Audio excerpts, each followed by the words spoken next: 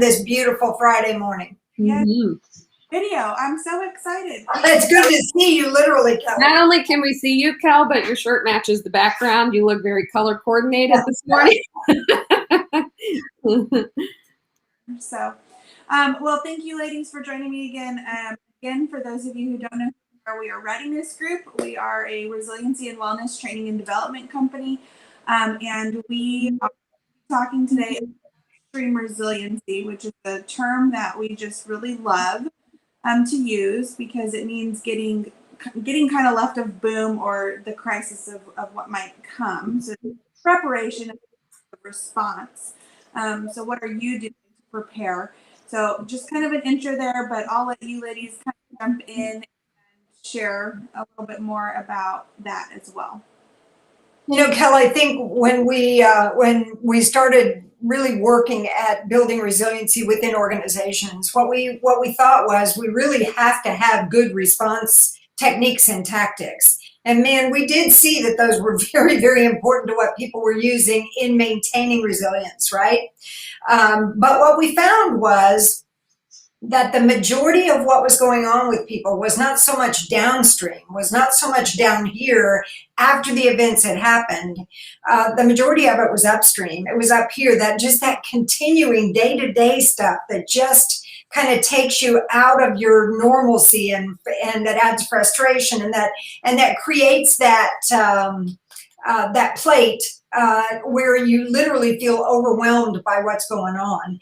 And so what we want to do is we want to differentiate for you and for ourselves upstream resiliency from downstream. And so we've really spent this week focusing, and Kel's done a lot of that with Facebook, and focusing on the upstream resiliency. What does that mean, and what difference does that make to all of us when we get to a point where we have to deal with critical situations, or where we have to deal with more of the chronic stress that goes on in our lives. And I think understanding what upstream resiliency is the preparation point, as you said, for let's be strong as we start, and let's also know what we individually need, because these one-size-fits-all programs or things that says, okay, we're going to implement this, and so it should be fine for you.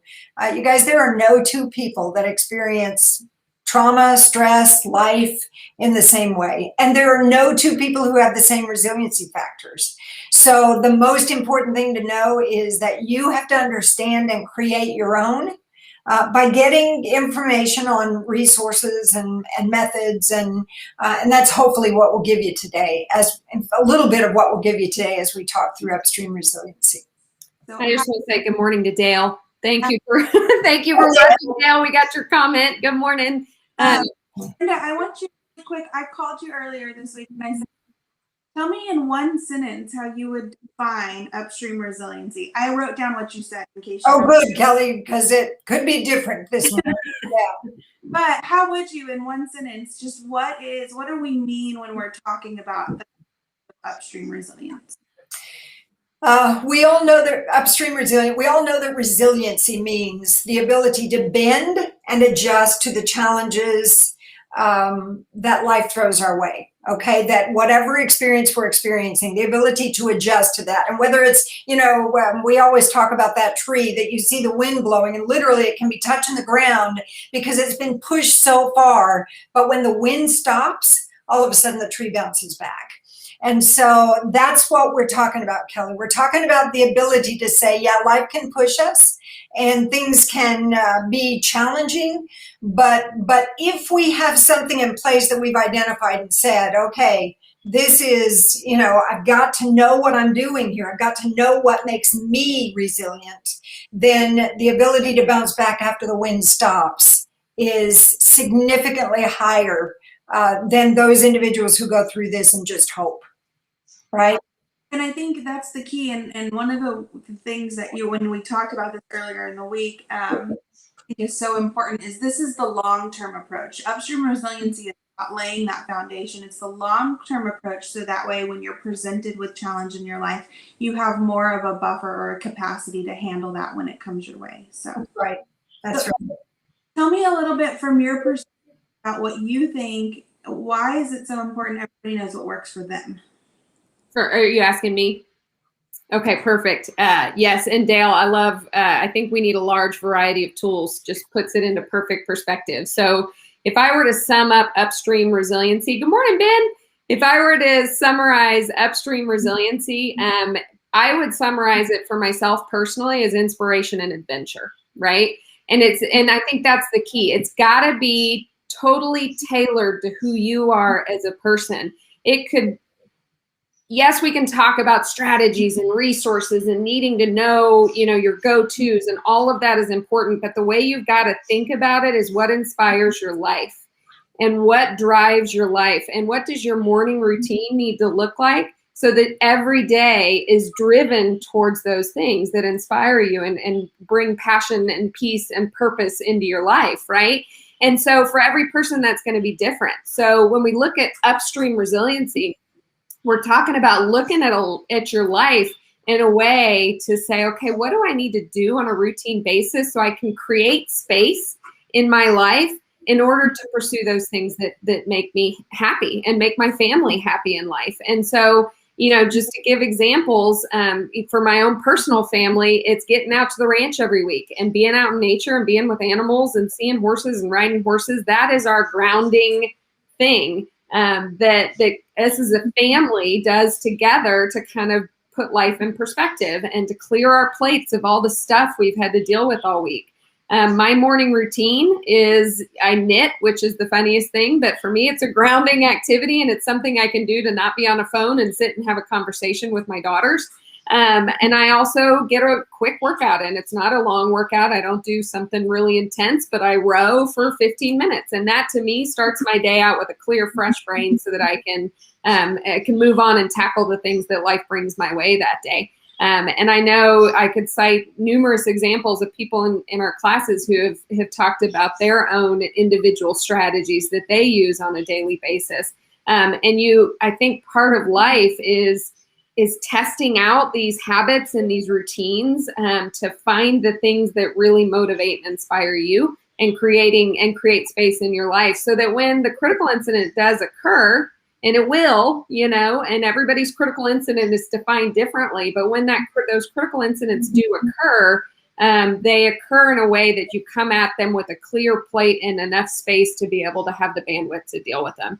And so I think not just thinking habits and not just thinking routines, but thinking in the terms of what of those things really inspire your life, so that it's something that it draws you in and you want to do it on a daily basis.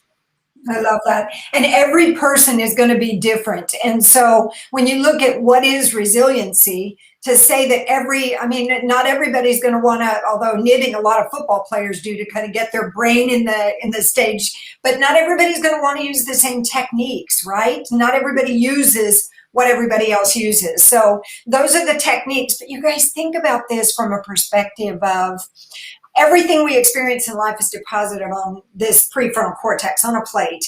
And every day, if we don't have techniques, if we don't have what Erica just talked about, it just keeps getting deposited here and deposited here and deposited here. And although it doesn't seem like a big deal, the more you deposit, the bigger this thing begins to literally to look like an architectural design.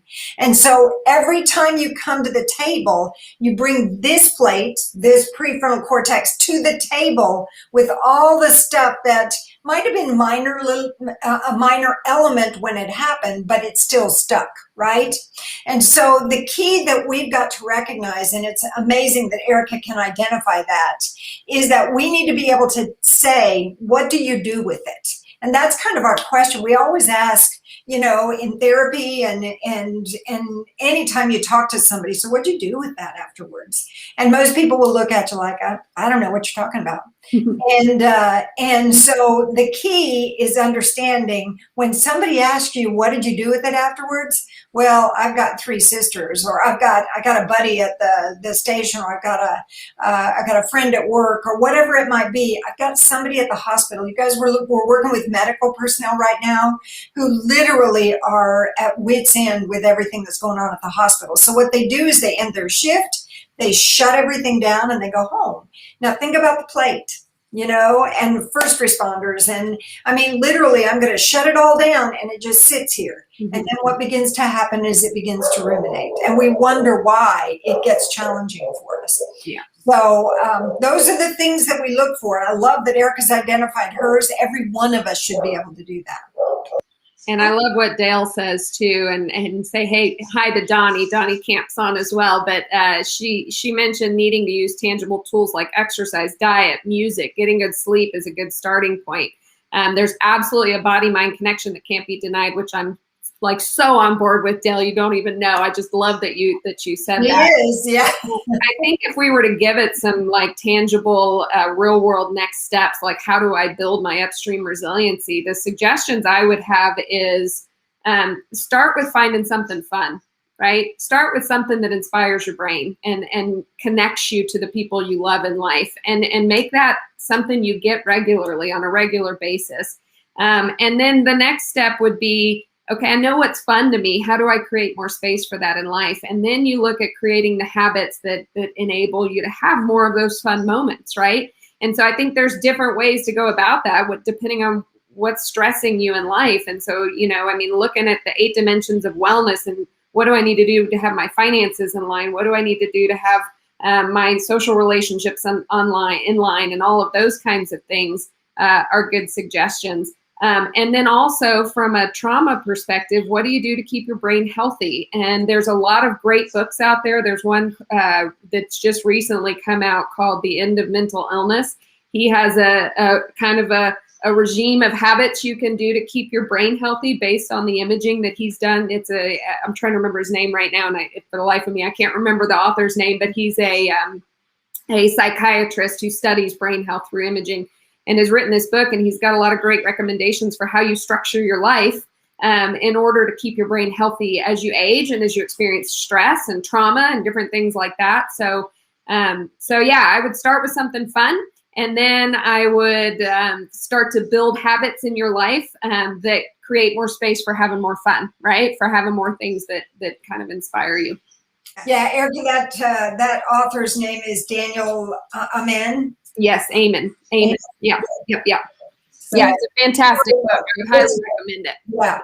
He talks a lot about the neuroscience of it too, which those of you who don't know, do like the brain science behind all this. Absolutely. And Kelly, the crazy thing about the neuroscience behind this is the elasticity that goes along with it.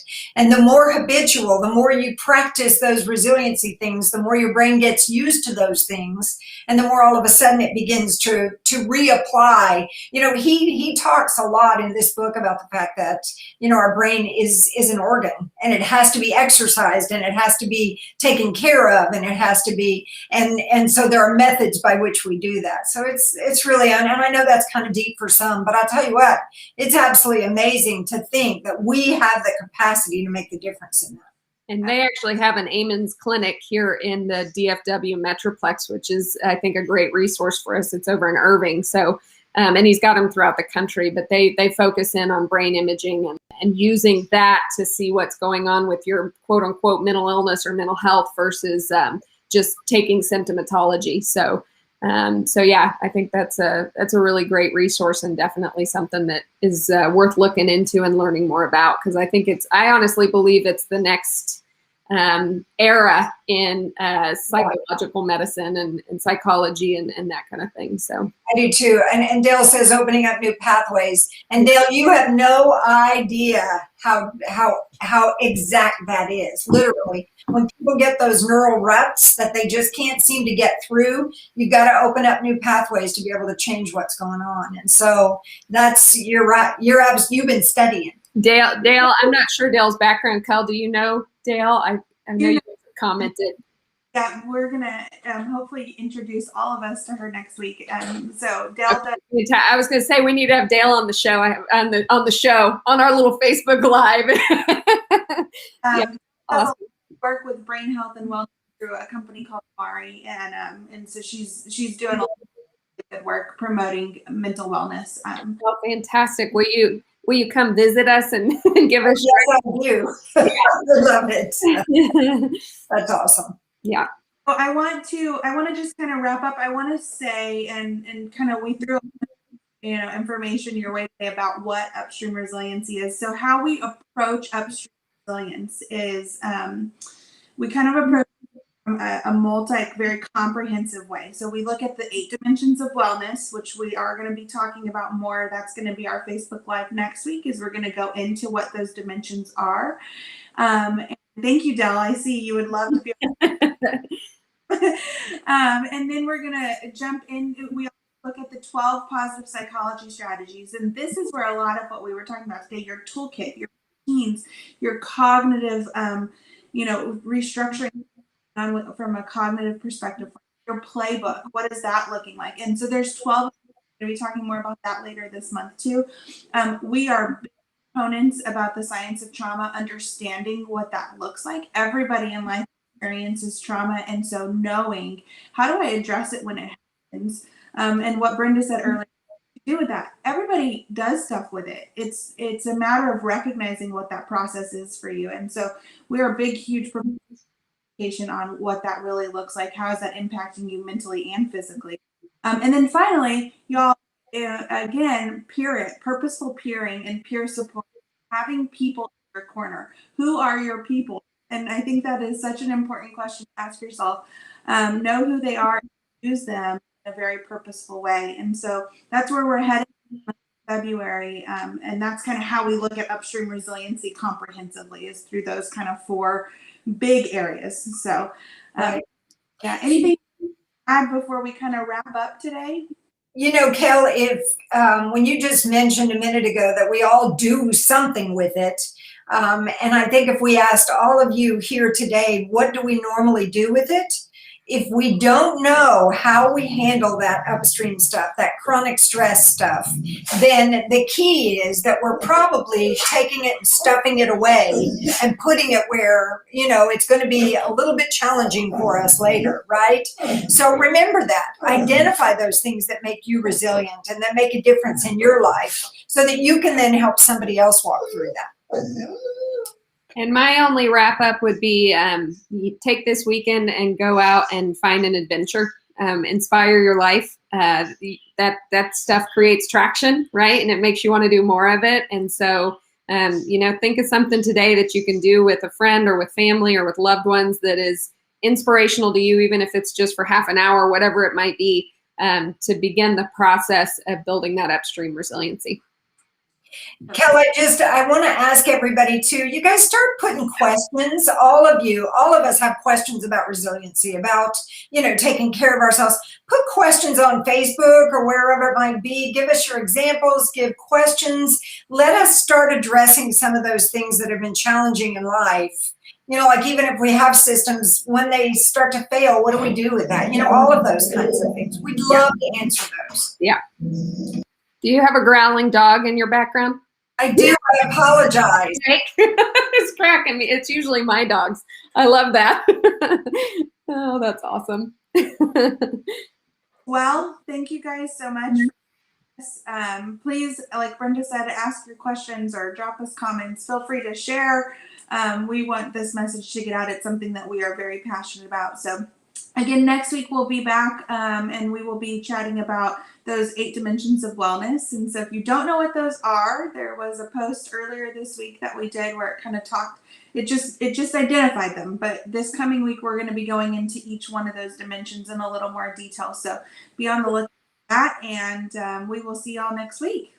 Kelly, amazing. Thank you for putting all of this information together and out there. It takes a lot of work, and I think it's really good tools that we can share. So I appreciate you and all the work you put into that. And Dale's throwing out some great stuff over there. Be where your feet are. Stay in the present. I'm telling you, that's the tool we use. Look down, see where your feet are, and stay there, because you're worried about the future and worried about the past. Doesn't do anything for you. Be where your feet are. Yeah. Peter, thank you. And you joined us this morning. It's been fun. We'll see y'all next week. Thank you. Bye, guys.